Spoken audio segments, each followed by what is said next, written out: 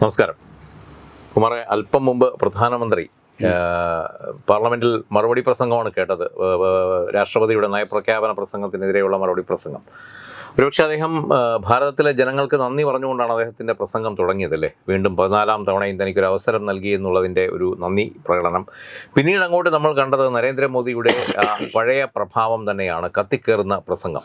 ഓരോ വാക്കുകളിലും നിറഞ്ഞിരിക്കുന്നത് ആ ഒരു ദൃഢനിശ്ചയം. എന്താണ് പാർട്ടി തന്നെ ഏൽപ്പിച്ച ഉത്തരവാദിത്വം, താൻ അതിൽ എത്രത്തോളം വിജയിയാണ് എന്നുള്ളതിൻ്റെ ഓരോ വരികളിലും അത് അടിവരയിട്ട് ഉറപ്പിക്കുന്ന രീതിയിലായിരുന്നു അദ്ദേഹത്തിൻ്റെ പ്രസംഗം. പ്രത്യേകിച്ചും ഇന്നത്തെ അദ്ദേഹത്തിൻ്റെ ഈ പാർലമെൻറ്റ് പ്രസംഗത്തിന് മറ്റൊരു പ്രത്യേകത കൂടിയുണ്ട്. നാളെ ദില്ലി പോളിംഗ് ബൂത്തിലേക്ക് പോവുകയാണ്. അതുകൊണ്ട് തന്നെ പരസ്യമായ പ്രചരണം അവസാനിച്ചുവെങ്കിലും അദ്ദേഹത്തിൻ്റെ വക ഒരു പ്രചരണം തന്നെയായിരുന്നു ഇതെന്ന് രാഷ്ട്രീയ നിരീക്ഷകരടക്കം പറയുന്നുണ്ട്. കാര്യം ആം ആദ്മി പാർട്ടിക്കും കോൺഗ്രസിനുമൊക്കെ ഉള്ള തക്കതായ മറുപടി ആ പ്രസംഗത്തിൽ ഒളിഞ്ഞിരിപ്പുണ്ട്. എന്തൊക്കെയാണ് അദ്ദേഹത്തിൻ്റെ പ്രസംഗത്തിൽ പ്രധാനമായും ഹൈലൈറ്റ് ചെയ്ത് പറയാൻ പറ്റുന്നത്? സാധാരണ നിലയിലുള്ള ഒരു പാറ്റേൺ തന്നെയാണ്. കാരണം രാഹുൽ ഗാന്ധി ഈ അടിവാങ്ങുന്ന സ്വഭാവം ഇന്നലെ നമ്മൾ കാണാൻ തുടങ്ങിയതല്ല. കഴിഞ്ഞ 10 വർഷമായി ഇത്തരത്തിലുള്ള അടിയന്തര പ്രമേയ രാഷ്ട്രപതിയുടെ നന്ദി പ്രമേയ ചർച്ച, ബഡ്ജറ്റ് ചർച്ച, പ്രത്യേകമായി വരുന്ന ചർച്ചകൾ, ഇപ്പോൾ കഴിഞ്ഞ ദിവസങ്ങളിൽ ഈ ഭരണഘടനയുടെ കുറിച്ച് നടന്ന ചർച്ച, അതുപോലുള്ള ചർച്ചകൾ, എന്തിനേറെ പറയുന്നു, പ്രതിപക്ഷം കൊണ്ടുവരുന്ന അവിശ്വാസ പ്രമേയത്തിൽ പോലും നെഞ്ചു വിരിച്ച് അടിവാങ്ങുന്ന രാഹുൽ ഗാന്ധിയെ നമ്മൾ കണ്ടിട്ടുണ്ട്. അത്തരത്തിലുള്ള ഒരു പെർഫോമൻസ് തന്നെയായിരുന്നു കഴിഞ്ഞ ദിവസം രാഹുൽ ഗാന്ധി. മലയാളം ട്രോളുള്ള ഒരു നമ്മൾ സ്ഥിരം കാണുന്ന ഒരു ഡയലോഗാണ് ഓർമ്മ വരുന്നത്, എവിടെ പരിപാടി അവതരിപ്പിച്ചാലും ഗതി ഇതാണെന്നുള്ള. അതെ, അപ്പോൾ ആ ഒരു പാറ്റേൺ ഇവിടെയും തുടർന്നു എന്ന് മാത്രം. കഴിഞ്ഞ ദിവസം അദ്ദേഹം എന്തൊക്കെയോ കാര്യങ്ങൾ, ജനങ്ങൾക്ക് കൺവിൻസ് ആകാൻ പറ്റാത്ത എന്തൊക്കെയോ കാര്യങ്ങൾ പറഞ്ഞു. അദ്ദേഹം മഹാരാഷ്ട്രയിലെ തിരഞ്ഞെടുപ്പ് വലിയ അട്ടിമറിയാണ് എന്ന് പറയുന്നു. വോട്ടർ പട്ടിക ഞങ്ങൾക്ക് തരൂ എന്നാണ് പറയുന്നത്. വോട്ടർ പട്ടിക രാഷ്ട്രീയ പാർട്ടികൾക്ക് കൊടുക്കാതെയാണോ തിരഞ്ഞെടുപ്പ് നടക്കുന്നത്? ഈ രാജ്യത്ത് അങ്ങനെയല്ലല്ലോ നിയമം. എല്ലാ രാഷ്ട്രീയ പാർട്ടികൾക്കും വോട്ടർ പട്ടിക അതത് ബൂത്തുകളിൽ സൗജന്യമായി നൽകിയതിന് ശേഷമാണല്ലോ തിരഞ്ഞെടുപ്പ് നടക്കുന്നത്. അപ്പോൾ തിരഞ്ഞെടുപ്പ് നടക്കുന്ന സമയത്ത്, അല്ലെങ്കിൽ തിരഞ്ഞെടുപ്പ് പോളിംഗ് കഴിഞ്ഞതിന് ശേഷം കിട്ടുന്ന രേഖകൾ, ഇതിലൊക്കെ എന്തെങ്കിലും എതിർപ്പുണ്ടെങ്കിൽ, അട്ടിമറി ഉണ്ടെങ്കിൽ അറിയാനും സാധിക്കും, എതിർപ്പ് ഉന്നയിക്കാനും സാധിക്കും.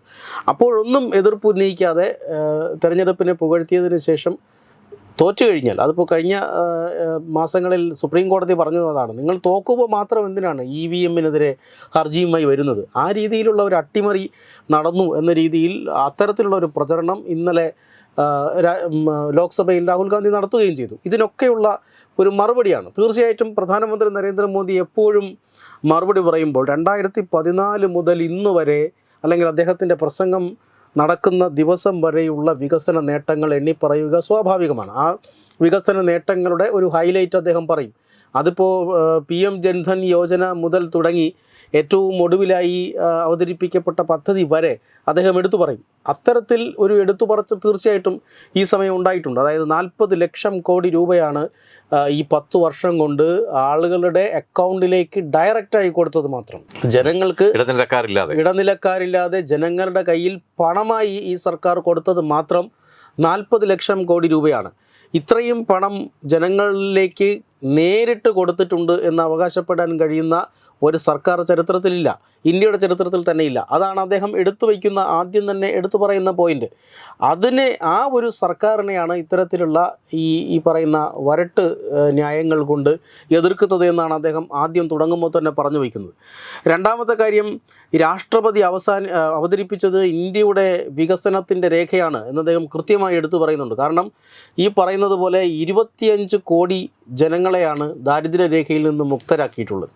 ഗരീബി ഹട്ടാവോ എന്ന് പതിറ്റാണ്ടുകളോളം കോൺഗ്രസ് പറഞ്ഞു നടന്നുവെങ്കിലും 1 കോടി ആളുകളെ പോലും ദാരിദ്ര്യരേഖയ്ക്ക് മുകളിലേക്ക് എത്തിക്കാൻ കോൺഗ്രസ് സർക്കാരുകൾക്ക് കഴിഞ്ഞില്ല. പക്ഷേ കഴിഞ്ഞ 10 വർഷം കൊണ്ട് രാജ്യം 25 കോടി ജനങ്ങളെ ദാരിദ്ര്യരേഖ കൃത്യമായി പറഞ്ഞിട്ടുണ്ട്. ചിലർ അധികാരം ഉപയോഗിച്ച് സ്വർണ്ണ മാളികകളും വലിയ വലിയ കെട്ടിടങ്ങളും ഒക്കെ കെട്ടിപ്പൊക്കാനുള്ള ഇത് തന്നു. ഞങ്ങൾ നടത്തിയത് രാഷ്ട്ര നിർമ്മാണമാണ്. അത് തീർച്ചയായും അത് കോൺഗ്രസിനെതിരെയുള്ള ഒരു വിമർശനമാണ്.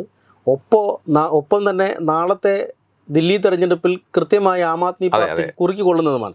അദ്ദേഹം പറഞ്ഞത്, ശീർഷ് മഹാൽ ഞങ്ങൾ നിർമ്മിച്ചില്ല, ഞങ്ങൾ കൊട്ടാരം നിർമ്മിച്ചില്ല, ജനങ്ങളുടെ പണം ഉപയോഗിച്ച് കൊട്ടാരം നിർമ്മിച്ചില്ല, പക്ഷേ ഞങ്ങൾ രാഷ്ട്ര നിർമ്മാണം നടത്തി എന്നാണ് അദ്ദേഹം പറഞ്ഞത്. എന്നിട്ട് ഓരോരോ മേഖലയിലും ഇപ്പോൾ സർക്കാരിൻ്റെ വാങ്ങലുകൾ, ഇതാണല്ലോ ഈ മന്ത്രിമാരുടെയും അതുപോലെ തന്നെ ഉന്നത ഉദ്യോഗസ്ഥരുടെയൊക്കെ എന്താണ് ഒരു കറവ പശു എന്നൊക്കെ പറയുന്ന പോലെ സർക്കാർ എന്തെങ്കിലും വാങ്ങുമ്പോഴാണല്ലോ അവിടെ അഴിമതി നടത്താൻ കഴിയുക. സർക്കാരിൻ്റെ അഴിമതി വാങ്ങലുകൾ കേന്ദ്ര സർക്കാർ ടെക്നോളജി ഉപയോഗിച്ച് സുതാര്യമാക്കി. ജം പോർട്ടൽ അതിൻ്റെ ഒരു ഉദാഹരണമാണ്. ഈ ജം പോർട്ടൽ ഇന്ന് വിവിധ സംസ്ഥാന സർക്കാരുകളും ഉപയോഗിക്കുന്നുണ്ട്. ജം പോർട്ടലിലൂടെ സർക്കാരിൻ്റെ വാങ്ങലുകൾ സുതാര്യമാക്കിയത് കാരണം 1,15,000 കോടി രൂപ ലാഭിച്ചു എന്നാണ് ഇന്ന് കണക്കുകൾ അവതരിപ്പിച്ച് പ്രധാനമന്ത്രി പറഞ്ഞത്. പണ്ട് ഈ ഒരു രൂപ കൊടുത്താൽ 15 പൈസ ജനങ്ങളിലേക്ക് എത്തുന്ന ആ ഒരു പരിപാടി ഇന്നില്ല. ഇന്ന് പദ്ധതിയുണ്ടോ, പണം നൽകിയിട്ടുണ്ടോ, അത് ജനങ്ങളിലേക്ക് എത്തുക തന്നെ ചെയ്യും എന്ന് 100% ആത്മാർത്ഥതയോടുകൂടി പാർലമെൻറ്റിൽ ഒരു പ്രധാനമന്ത്രി എടുത്തു പറയുകയാണ്. അത്തരത്തിൽ 4 കോടി ഭവനങ്ങൾ അദ്ദേഹത്തിൻ്റെ അടുത്ത നേട്ടമായി പറയുന്നുണ്ട്. PM ആവാസ് യോജന അനുസരിച്ച് 4 കോടി ഭവനങ്ങളെന്ന് പറഞ്ഞാൽ കേരളത്തിൻ്റെ ജനസംഖ്യയേക്കാൾ കൂടുതൽ വരും. ഈ ഭവനങ്ങളിൽ 75% ഇതിൻ്റെ ടൈറ്റിൽ ഡീഡ് മഹിളകളുടെ പേരിലാണ്. ഇങ്ങനെ 2 തരത്തിലുള്ള ശാക്തീകരണം നടത്തി എന്ന് പറയുന്നുണ്ട്.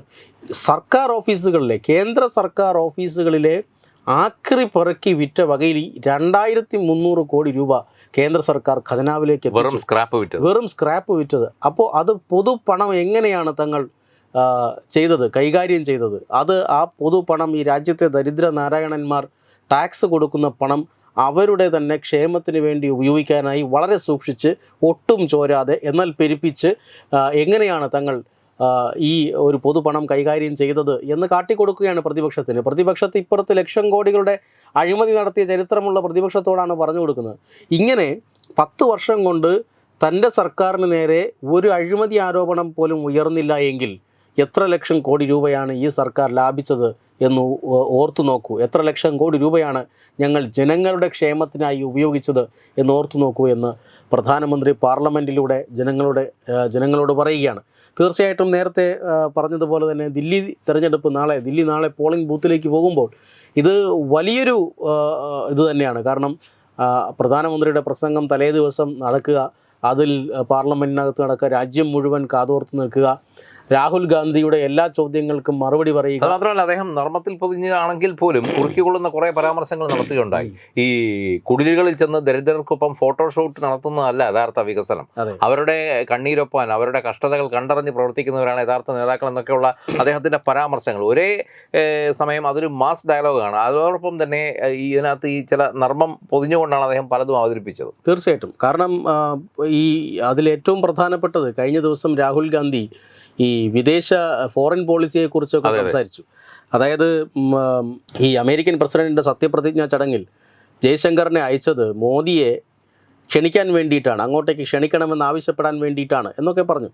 മാത്രമല്ല ചൈന എവിടെ നിൽക്കുന്നു, അമേരിക്ക എവിടെ നിൽക്കുന്നു, ഇന്ത്യ എവിടെ നിൽക്കുന്നു, ഈ AI പോളിസിയിൽ അല്ലെങ്കിൽ ആർട്ടിഫിഷ്യൽ ഇൻ്റലിജൻസിൽ ഇന്ത്യക്ക് ഒരിടത്തും എത്താൻ കഴിയില്ല. കാരണം ആ ഡേറ്റ ചൈനയുടെയും അമേരിക്കയുടെയും കയ്യിലാണ്, ഇന്ത്യക്ക് സ്വന്തമായി ഒന്നുമില്ല എന്നാണ് പ്രതിപക്ഷ നേതാവ് ഇന്നലെ പാർലമെൻറ്റിൽ പ്രഖ്യാപിച്ചത്. അപ്പോൾ ഇന്ന് അതിന് വളരെ വ്യക്തമായി തന്നെ മോദി പേരെടുത്ത് പറയാതെ മറുപടി പറഞ്ഞിട്ടുണ്ട്. അതായത് ചില ആളുകൾക്ക് ഈ രാഷ്ട്രപതിയുടെ നയപ്രഖ്യാപനം നടക്കുന്ന സമയത്ത് ഫോറിൻ പോളിസിയെക്കുറിച്ചാണ് സംസാരിക്കാൻ വ്യഗ്രത. ഫോറിൻ പോളിസിയെക്കുറിച്ച് സംസാരിച്ചാൽ പക്വതയുണ്ടാവും എന്നാണ് അവർ വിചാരിക്കുന്നത്. അത് അവർ വായിക്കേണ്ട ഒരു പുസ്തകം ഇതാണ് എന്ന് പറഞ്ഞ് ജോൺ എഫ് കെന്നഡി യുടെ ഒരു ഫർഗട്ടൺ ക്രൈസിസ് എന്ന് പറയുന്ന മറ്റൊരു വളരെ പ്രധാനപ്പെട്ട ഒരു വിദേശകാര്യ വിദഗ്ധൻ എഴുതിയിട്ടുള്ള ഒരു പുസ്തകം കോട്ട് ചെയ്ത് കൊടുക്കുകയാണ് ചെയ്തത്. തീർച്ചയായിട്ടും അതിനകത്ത് രസകരമായ വലിയ പബ്ലിസിറ്റിയാണ് ഇതിലൂടെ ഇനിയിപ്പോൾ കിട്ടാൻ. തീർച്ചയായും ഈ നിമിഷം പബ്ലിസിറ്റിയെ കുറിച്ച് അല്ല ആ പുസ്തകത്തെ കുറിച്ച് സെർച്ച് തുടങ്ങി കാണും. ആ പുസ്തകം കിട്ടാവുന്ന സ്ഥലങ്ങളിൽ നിന്നൊക്കെ ആളുള്ളത് വാങ്ങുകയും ചെയ്യും അല്ലേ? തീർച്ചയായും അതിന്റെ ഡൗൺലോഡുകളൊക്കെ എന്തായാലും ആ പുസ്തകത്തിന്റെ ഉള്ളടക്കത്തെ സംബന്ധിച്ച് നമ്മൾ കൂടുതൽ പഠിക്കേണ്ടിയിരിക്കും. തീർച്ചയായും അത് നെഹ്റുവും ജോൺ എഫ് കെന്നഡിയും തമ്മിലുള്ള സംഭാഷണമാണ്. രാജ്യത്തിന്റെ വിദേശ നയം എന്ന പേരിൽ എന്തൊക്കെയാണ് അവിടെ നടന്നതെന്ന് നിങ്ങൾ വായിച്ചു നോക്കൂ എന്നാണ്. അപ്പോൾ കൃത്യമായി അവിടെ കോൺഗ്രസിനെ നാണിപ്പിക്കുന്ന നാണം കെടുത്തുന്ന പലതും അതിനകത്തുണ്ട് എന്നർത്ഥം. അത് നമ്മുടെ തിരുവനന്തപുരം MP ശശി തരൂരിൻ്റെ മുഖഭാവങ്ങളൊക്കെ ആ രീതിയിൽ പോയിട്ടുണ്ട്. അത് തീർച്ചയായും അദ്ദേഹം അത് വായിച്ചിട്ടുണ്ടാകണം. എന്തായാലും ആ ബുക്ക് ഇപ്പോൾ നമുക്ക് ലഭ്യമല്ലാത്തത് കൊണ്ട് മാത്രം അതിൻ്റെ കൂടുതൽ കണ്ടന്റ് എന്താണെന്ന് നമുക്കിപ്പോൾ പറയാൻ കഴിയുന്നില്ല. എന്തായാലും അടുത്ത ദിവസങ്ങളിൽ കുമാർ തന്നെ അത് കൃത്യമായി ഒരു വാർത്തയായിട്ട് അവതരിപ്പിക്കുമെന്ന് ഞാൻ വിചാരിക്കുന്നു. തീർച്ചയായിട്ടും അത് നോക്കാം. അപ്പം ആ രീതിയിലാണ് അപ്പോൾ കൃത്യമായി കുറിക്കൊള്ളുന്ന മറുപടി അദ്ദേഹം അത് പാർലമെൻറ്റിൽ പറയാത്തതിന് കാരണം അത്രമാത്രം വൃത്തികേട് പറയാൻ പറ്റാത്ത അതിനകത്ത് കാര്യങ്ങൾ. അതിനകത്ത് ഉണ്ടാകുമെന്ന് ഉറപ്പാണ്. അല്ലെങ്കിൽ അദ്ദേഹം അത് പാർലമെൻറ്റിൽ പറയുമായിരുന്നു. പിന്നീട് ഈ അല്ലെങ്കിൽ വിഘടനവാദത്തെക്കുറിച്ചൊക്കെ അദ്ദേഹം പറഞ്ഞു. അതായത് ഇവിടെ വന്നിരുന്നിട്ട് അർബൻ നക്സലൈറ്റുകളെ പോലെ സംസാരിക്കുകയാണ് ചിലർ. ഞങ്ങളുടെ രാഷ്ട്രീയം അതല്ല, ഭരണഘടന ഇല്ലാതാക്കുമെന്ന് ഞങ്ങൾ പറഞ്ഞു. അങ്ങനെയൊക്കെയുള്ള ആരോപണങ്ങൾ വന്നു. പക്ഷേ ഭരണഘടനയെ എത്രമാത്രം മുറുകെ പിടിച്ചവരാണ് BJP എന്ന് വ്യക്തമാക്കുന്ന ചില ഉദാഹരണങ്ങൾ കൂടി അദ്ദേഹം പറഞ്ഞു. അതായത് ഈ ഗുജറാത്ത് സംസ്ഥാനം രൂപീകരിച്ച് 50 വർഷം തികയുന്ന സമയത്ത് അന്ന് മുഖ്യമന്ത്രിയായിരുന്നത് നരേന്ദ്രമോദിയായിരുന്നു. ആ സമയത്ത് ഗുജറാത്തിൽ നിയമസഭയിൽ ഈ 50 വർഷത്തിനിടയ്ക്ക് എത്ര ഗവർണർമാർ പ്രസംഗിച്ചിട്ടുണ്ടോ അത്രയും പ്രസംഗങ്ങൾ ഉൾപ്പെടുത്തിയ ഒരു പുസ്തകം പ്രസിദ്ധീകരിക്കാനാണ് ഗുജറാത്ത് സർക്കാർ അന്ന് ശ്രീ നരേന്ദ്രമോദിയുടെ നേതൃത്വത്തിൽ ശ്രമിച്ചത്. ആ പുസ്തകം ഇന്ന് സംസ്ഥാനത്തെ എല്ലാ ലൈബ്രറികളിലും വായിക്കപ്പെട്ടുകൊണ്ടിരിക്കുന്നു. ആ പുസ്തകം ഇന്ന് എല്ലാവരും അത് ശേഖരിച്ചു വയ്ക്കുകയും വളരെ മൂല്യമേറിയ റഫറൻസ് ഗ്രന്ഥമായി ഉപയോഗിക്കുന്നു. ഞാൻ BJP-കാരനാണ് എന്ന് നരേന്ദ്രമോദി പറയുന്നു.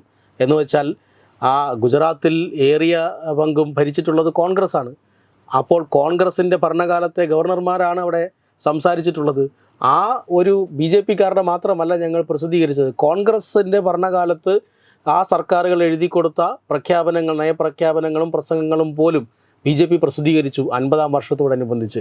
അപ്പോൾ രാഷ്ട്രീയം എന്ന് പറഞ്ഞാൽ ഞങ്ങൾക്ക് വിഘടിപ്പിക്കേണ്ടതല്ല.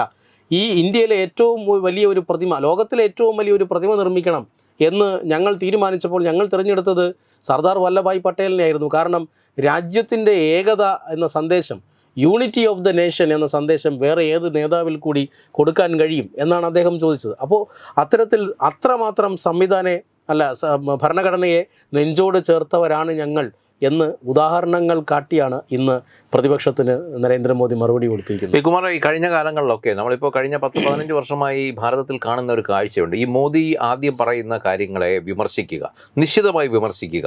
പിന്നീട് ഈ വിമർശിച്ചവർ തന്നെ മറ്റ് രാഷ്ട്രീയ പാർട്ടികളുള്ളവർ പോലും അവരുടെ സംസ്ഥാനങ്ങളിൽ ആ കാര്യങ്ങൾ നടപ്പിലാക്കുക. അത് അദ്ദേഹം പറഞ്ഞ അതേ രീതിയിൽ അല്ലെങ്കിൽ പോലും മറ്റൊരു രീതിയിൽ. ഈ കേരളത്തിൽ പോലും നമുക്ക് പല കാര്യങ്ങളിലും അത് പ്രകടമാണ്.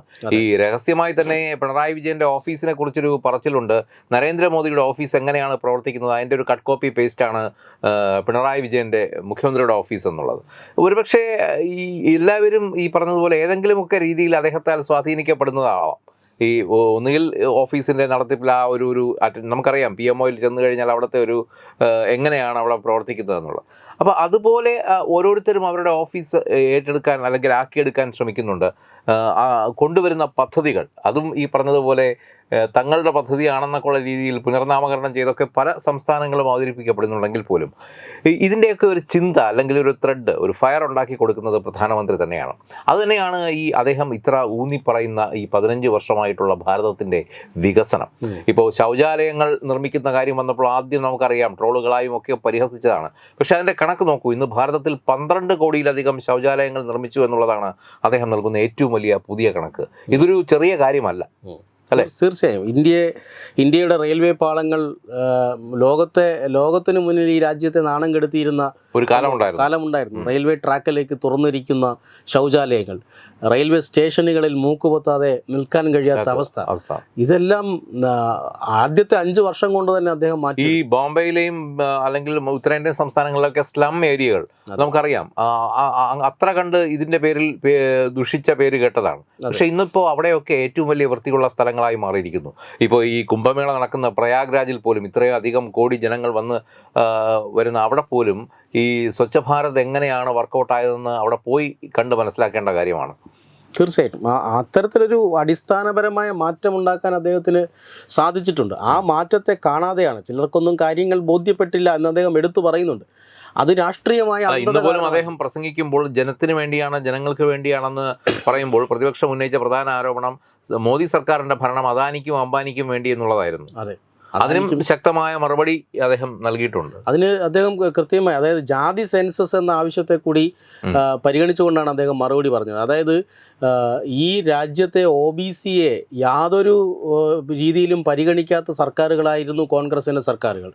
SC/ST-യുടെ വികസനം അത് കഴിഞ്ഞ 10 വർഷം കൊണ്ടാണ് നടപ്പിലായത്. OBC വിഭാഗത്തിന് കൃത്യമായ പ്രാതിനിധ്യം കിട്ടിയത് കഴിഞ്ഞ 10 വർഷം കൊണ്ടാണ്. കാരണം ഈ 2014 നരേന്ദ്രമോദി അധികാരത്തിൽ വരുമ്പോൾ രാജ്യത്ത് 387 മെഡിക്കൽ കോളേജുകളാണ് ഉണ്ടായിരുന്നത്. ഇന്നത് 750 മെഡിക്കൽ കോളേജുകളാണ്. SC/ST വിഭാഗത്തിന് ആകെ മൊത്തത്തിലുള്ള ഈ ഇത്തരത്തിലുള്ള സീറ്റ് SC/ST വിഭാഗത്തിൻ്റെ 7700 സീറ്റാണെങ്കിൽ 17000 സീറ്റായി അത് വർദ്ധിച്ചിരിക്കുന്നു. ഇങ്ങനെയുള്ള കണക്കുകൾ OBC വിഭാഗത്തിന് 14000 സീറ്റാണ് 2014 ഉണ്ടായിരുന്നതെങ്കിൽ ഇന്നത് 32,000 കൂടിയിരിക്കുന്നു. ഇങ്ങനെ ഇതൊരു ഉദാഹരണം മാത്രമാണ്, ഒരു മേഖലയിലെ ഉദാഹരണം മാത്രമാണ്. ഇങ്ങനെ എത്രമാത്രം മേഖലകളിലാണ് അദ്ദേഹം എന്താണ് സമൂഹത്തിൽ പിന്നോക്കം നിൽക്കുന്നവരെ മുന്നോട്ട് കൊണ്ടുവരാനായിട്ടുള്ള പ്രവർത്തനങ്ങൾ ചെയ്തതെന്ന് അദ്ദേഹം എടുത്തു പറയുന്നുണ്ട്. ഇങ്ങനെ പല രീതിയിലുള്ള പ്രവർത്തനങ്ങൾ ഈ ആദിവാസി മന്ത്രാലയം അത് മോദി സർക്കാരാണ് പ്രത്യേകമായി ഉണ്ടാക്കിയത്. ഫിഷറീസ് മന്ത്രാലയം പ്രത്യേകമായി ഉണ്ടാക്കിയത്. സ്കിൽ മന്ത്രാലയം പ്രത്യേകമായി ഉണ്ടാക്കിയത് BJP സർക്കാരാണ്. സഹകരണ മന്ത്രാലയം, ഇങ്ങനെ 4 മന്ത്രാലയങ്ങൾ തങ്ങൾ പുതുതായി ഉണ്ടാക്കി എന്ന് അദ്ദേഹം എടുത്തു പറയുന്നുണ്ട്. ഇതെല്ലാം ഈ രാജ്യത്തെ അടിസ്ഥാന ജനവിഭാഗങ്ങൾക്ക് വേണ്ടി ചെയ്തതാണ്. അദ്ദേഹത്തിന് ഒരു കോർപ്പറേറ്റ് മന്ത്രാലയം മാത്രം നോക്കിയാൽ മതിയായിരുന്നു. അങ്ങനെയാണെങ്കിൽ അദാനിയെ മാത്രം നോക്കുകയാണെങ്കിൽ. എന്തായാലും ഇപ്പോൾ ദില്ലി നാളെ പോളിംഗ് ബൂത്തിലേക്ക് പോവുകയാണ്. അതിന് തൊട്ട് മുമ്പ് അദ്ദേഹം നടത്തിയ ഈ പ്രസംഗം പലതുകൊണ്ടും ശ്രദ്ധിക്കപ്പെടുകയാണ്. ദേശീയ മാധ്യമങ്ങളിലൊക്കെ ഇത് സംബന്ധിച്ച വലിയ ചർച്ചകൾ തുടങ്ങിക്കഴിഞ്ഞു. ഈ പറഞ്ഞതുപോലെ പ്രധാനമന്ത്രി, നമ്മുടെ രാജ്യം ഭരിക്കുന്ന നേതാവ്, അതാരുമായിക്കോട്ടെ, അവർ വന്ന് ഈ പറഞ്ഞതുപോലെ ജനങ്ങളെ അഭിസംബോധന ചെയ്യുമ്പോൾ, അവരോട് കാര്യങ്ങൾ വിശദീകരിക്കുമ്പോൾ അതിലൊരു കോൺഫിഡൻസ് വേണമെങ്കിൽ അതിൽ കളങ്കം പാടില്ല എന്നുള്ളതാണ്. അത്തരം കോൺഫിഡൻസോടുകൂടി പറയാൻ ഒരുപക്ഷെ പ്രധാനമന്ത്രിയായ നരേന്ദ്രമോദിക്ക് മാത്രമേ കഴിയൂ എന്നാണ് രാഷ്ട്രീയ വിമർശകർ പോലും പലപ്പോഴായി പറഞ്ഞിട്ടുള്ളത്. അതിൻ്റെ മറ്റൊരു ചിത്രം തന്നെയാണ് ഇന്നും നമ്മൾ പാർലമെൻറ്റിൽ കണ്ടത്.